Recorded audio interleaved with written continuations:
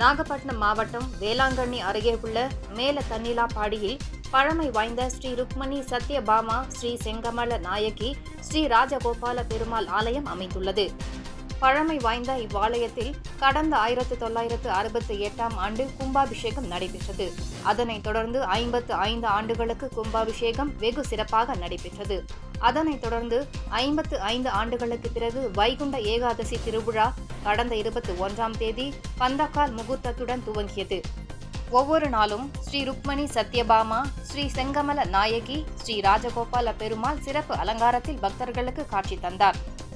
மேலும் ஏகாதசியை முன்னிட்டு இரவு உற்சவர் மற்றும் மூலவருக்கு சிறப்பு அபிஷேகம் நடைபெற்றது. முன்னதாக மஞ்சள் பொடி, திரவிய பொடி, பால், தயிர், இளநீர், பன்னீர், பஞ்சாமிர்தம் மற்றும் வாசனை திரவியங்கள் கொண்டு அபிஷேகம் நடைபெற்றது.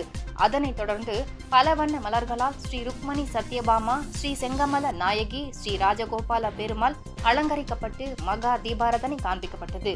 தொடர்ந்து காலை சுவாமி புறப்பாடு நடைபெற்று ஆலயத்தின் பின்புறம் அமைக்கப்பட்ட சொர்க்க வாசலுக்கு ஸ்ரீ ராஜகோபால பெருமாள் வந்தடைந்தார். தொடர்ந்து கோபூஜை நடைபெற்றது.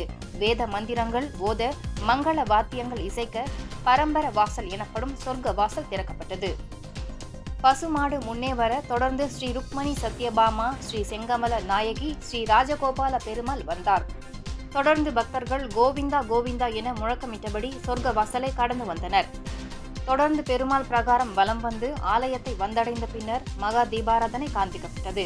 55 ஆண்டுகளுக்கு பிறகு நடைபெற்ற சொர்க்கவாசல் திறப்பு நிகழ்ச்சியில் சுற்று வட்டார பகுதியில் இருந்து திரளான பக்தர்கள் கலந்து கொண்டு சாமி தரிசனம் செய்தனர்.